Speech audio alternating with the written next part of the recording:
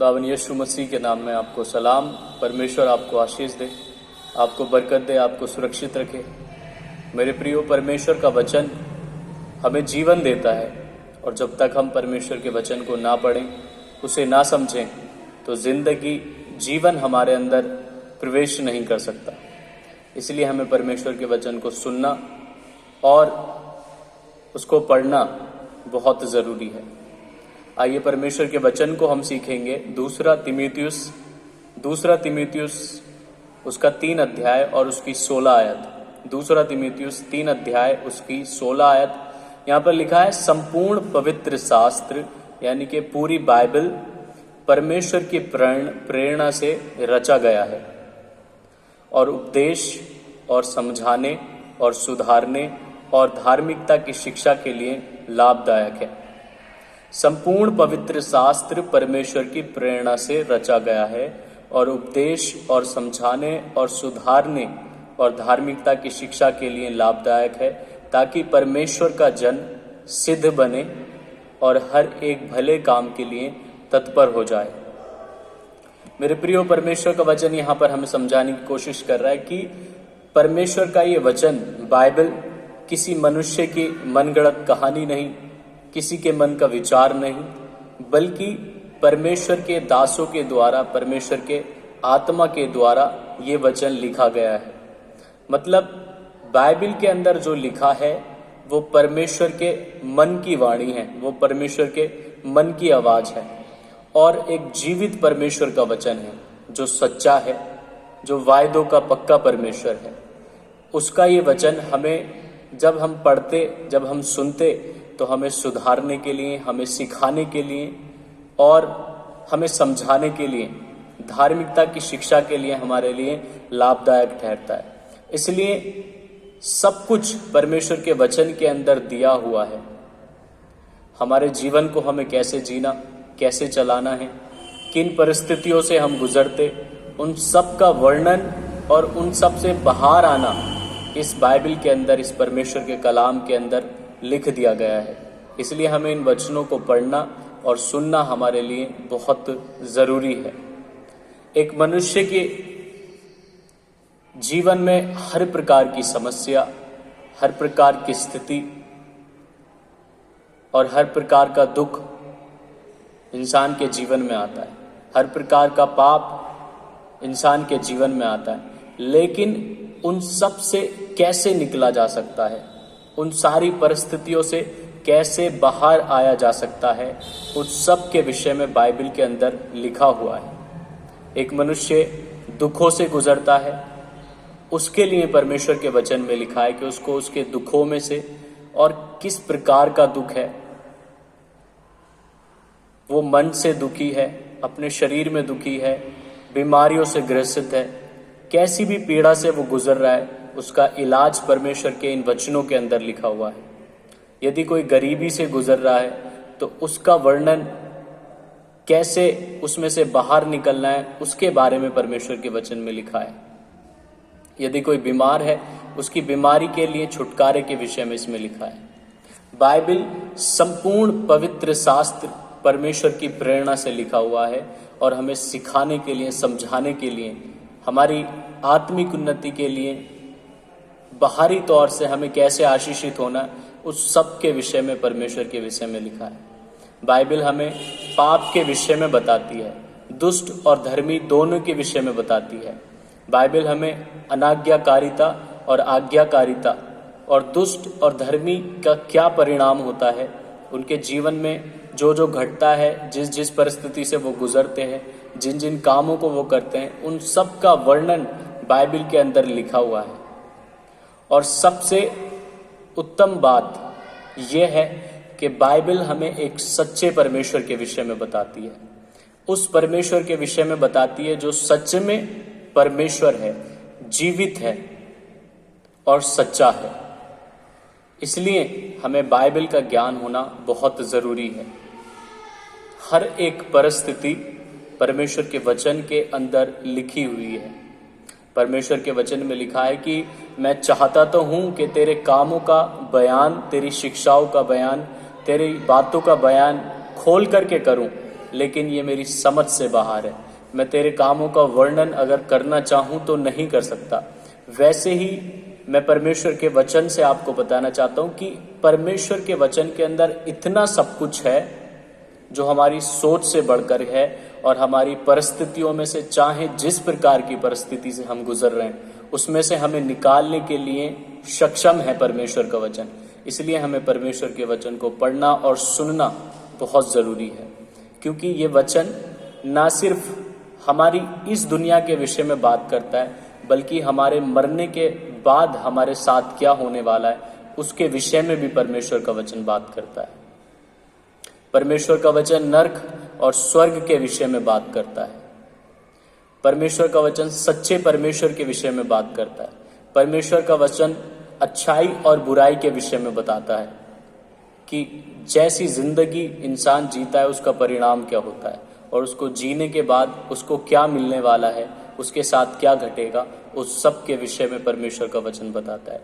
यदि आप सच्चे परमेश्वर को जान करके भी पाप की जिंदगी जी रहे हैं और निरंतर उसमें लिप्त हैं, उससे बाहर नहीं आ रहे और ढिठाई का जीवन जी रहे हैं, परमेश्वर आपको आवाज दे रहा है, तो इसके विषय में भी परमेश्वर का वचन बताता है कि आपके साथ क्या होगा। बस आपको पढ़ने और सुनने की जरूरत है, उस पर चलने की जरूरत है। यदि आप किसी भी प्रकार की समस्या में हैं तो आपको परमेश्वर के वचनों को पढ़ना और उनमें जाना, परमेश्वर की हुजूरी में परमेश्वर के वचन के साथ समय बिताना बहुत ज़रूरी है। आइए एक छोटे से वचन और पढ़ेंगे हम। व्यवस्था विवरण उसका 30 अध्याय उसकी 15 आयत। व्यवस्था विवरण 30 अध्याय उसकी 15 आयत। यहाँ पर लिखा है, सुन, आज मैंने तुझको जीवन और मरण, हानि और लाभ दिखाया है, क्योंकि मैं आज तुझे आज्ञा देता हूँ कि अपने परमेश्वर यहोवा से प्रेम करना और उसके मार्गों पर चलना और उसकी आज्ञाओं, विधियों और नियमों को मानना, जिससे तू जीवित रहे और बढ़ता जाए, और तेरा परमेश्वर यहोवा उस देश में जिसका अधिकारी होने के लिए तू जा रहा है तुझे आशीष दे। परंतु यदि तेरा मन भटक जाए और तू ना सुने और भटक कर पराये देवताओं को दंडवत करे और उनकी उपासना करने लगे, तो मैं तुम्हें आज यह चितौनी दिए देता हूँ कि तुम निसंदेह नष्ट हो जाओगे, और जिस देश का अधिकारी होने के लिए तू यरदन पार जा रहा है, उस देश में तुम बहुत दिनों के लिए रहने ना पाओगे। मैं आज आकाश और पृथ्वी दोनों को तुम्हारे सामने इस बात की साक्षी बनाता हूँ कि मैंने जीवन और मरण, आशीष और श्राप को तुम्हारे आगे रखा है, इसलिए कि तू जीवन ही को अपना ले, कि तू और तेरा वंश दोनों जीवित रहे। हम सोचते हैं कि यहीं पर जीना, यहीं पर मरना है और सब कुछ यहीं पर है। ऐसा बिल्कुल नहीं है। अगर हम सच्चे परमेश्वर को बिना जाने मर जाते हैं तो परमेश्वर इसका वचन इसके लिए बताता है कि हमारा स्थान नरक में है। लेकिन अगर हम परमेश्वर को जानें और उसकी आज्ञाओं का पालन करें, सच्चे परमेश्वर के हिसाब से चलें, मूर्तियों के पीछे ना चलें, पराये देवी देवताओं के पीछे ना चलें, तो परमेश्वर का वचन हमें बताता है कि वो हमें इस जीवन में भी भरपूर आशीषित करेगा, और हमारी जनरेशन, हमारी जो नस्लें हैं आने वाली, वो भी आशीषित होंगी। लेकिन हम क्या सोचते हैं, हमें हमारे बीवी बच्चे दिखाई देते हैं, हमारे घर का दायरा हमें दिखाई देता है, हमारी जॉब्स हमें दिखाई देती है, हमारे घर की चिंताएं हमें दिखाई देती, बस और कुछ हमें नहीं दिखाई देता। लेकिन परमेश्वर का वचन बताता है कि अगर तू मेरे वचनों का पालन करे, मुझ सच्चे परमेश्वर को चुन ले, मुझे अपना ले, तो मैं तेरी आने वाली नस्लों को भी आशीषित करूंगा, ब्लेस करूंगा, हर तरीके से उनको ऊंचा उठाऊंगा। इसलिए परमेश्वर का वचन हमें हिदायत देता है कि मैं आज आकाश और पृथ्वी दोनों को तुम्हारे सामने इस बात की साक्षी बनाता हूं कि मैंने जीवन और मरण, आशीष और श्राप को तुम्हारे आगे रखा है, इसलिए तू जीवन ही को अपना ले, कि तू और तेरा वंश दोनों जीवित रहे। यानी कि परमेश्वर ने जीवन और मरण को हमारे सामने रखा है। जीवन क्या है? यीशु मसीह। अगर हम आप उसको अपना लेंगे, उसको अपना जीवन दे देंगे, तो वो हमें आशीषित करेगा। अगर हम परमेश्वर के वचन के अनुसार अपने जीवन को जिएंगे तो वह हमारी जनरेशन को ब्लेस करेगा। परमेश्वर का प्लान छोटा नहीं है, उसकी योजना छोटी नहीं है। वो हमें ना सिर्फ इस जीवन में ब्लेस करना चाहता है, बल्कि हमारे मरने के बाद हमें अनंत जीवन देना चाहता है, हमें हमेशा की जिंदगी देना चाहता है। लेकिन हमारे लिए इन बातों का कोई महत्व नहीं है, हम इन बातों को व्यर्थ समझते हैं। हम हमेशा की आशीष पर मन नहीं लगाते, हमारा ध्यान अन्य चीज़ों पर है। परमेश्वर का वचन हमें हिदायत देता है कि उसने श्राप और आशीष को हमारे आगे रखा है। इसलिए हमें परमेश्वर के वचन के अनुसार अपने जीवन को जीना और उसके अनुसार अपने जीवन को उसके हाथों में सौंप देना बहुत ज़रूरी है।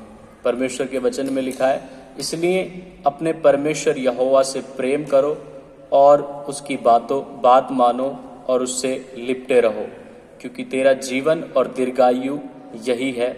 और ऐसा करने से जिस देश को यहोवा ने अब्राहम, इसहाक और याकूब तेरे पूर्वजों को देने की शपथ खाई थी, उस देश में तू बसा रहेगा।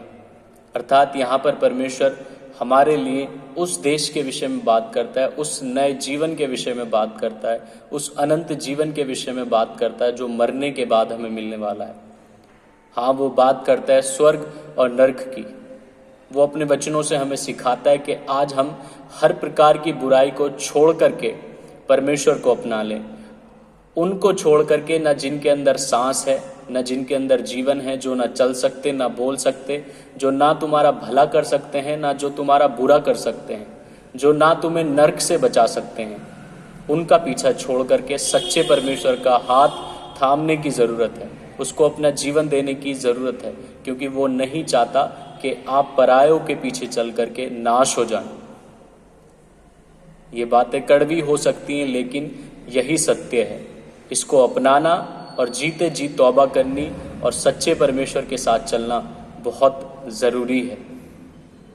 परमेश्वर के वचन में हर प्रकार की परिस्थिति का वर्णन है। वो कह रहा है ना कि परमेश्वर का वचन परमेश्वर की प्रेरणा के द्वारा लिखा हुआ वचन है, परमेश्वर के आत्मा के द्वारा लिखा हुआ वचन है।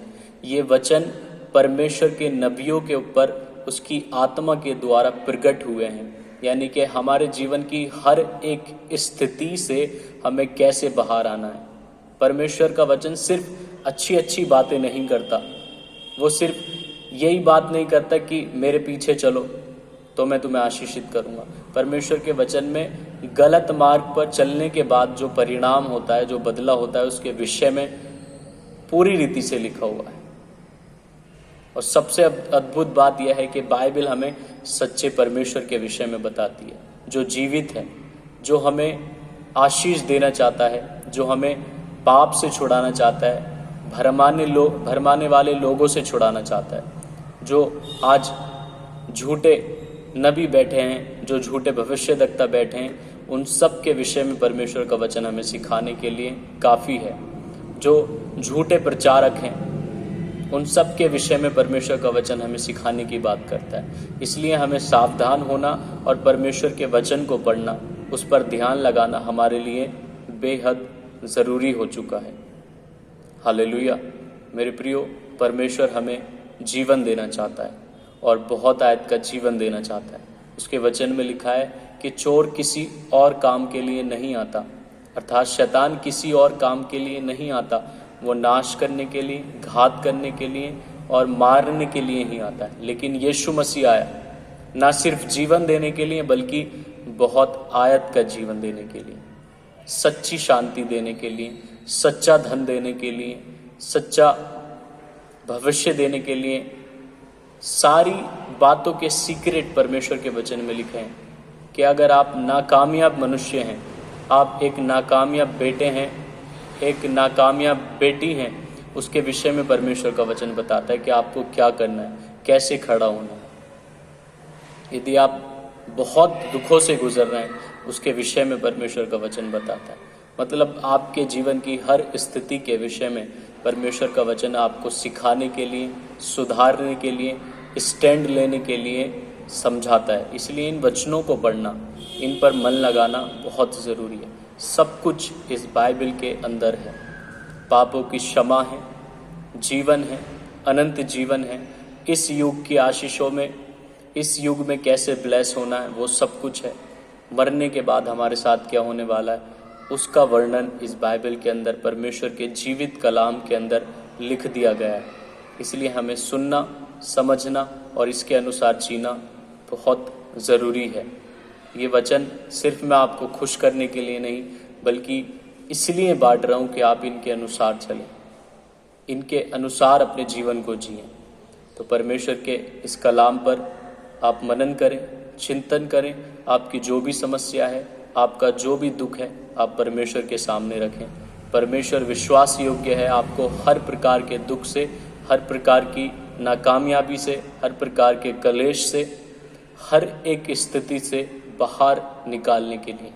एक अच्छी गृहिणी के विषय में परमेश्वर का वचन बताता है कि आप एक अच्छी पत्नी कैसे बन सकते हैं, आप एक अच्छे पति कैसे बन सकते हैं, आप आज्ञाकारी कैसे बन सकते हैं। और सारी बातों के परिणाम इस वचन के अंदर लिखे हुए हैं। इसलिए इनको पढ़ें, समझें और इनके अनुसार अपने जीवन को जिएं। परमेश्वर के मार्ग से इधर उधर ना भटकें, व्यभिचार में न जाएं, पाप में न जाएं, गलत लोगों की संगति ना करें और परमेश्वर की हुजूरी में रहें। अपने फ़ोन का गलत इस्तेमाल न करें। हालेलुया। परमेश्वर के वचनों पर मनन करें और इसके अनुसार अपने जीवन को जिएं। प्रभु इन वचनों के द्वारा आपको, आपके परिवार को बड़ी आशीष से भरपूर करें। सबको जय मसीह की।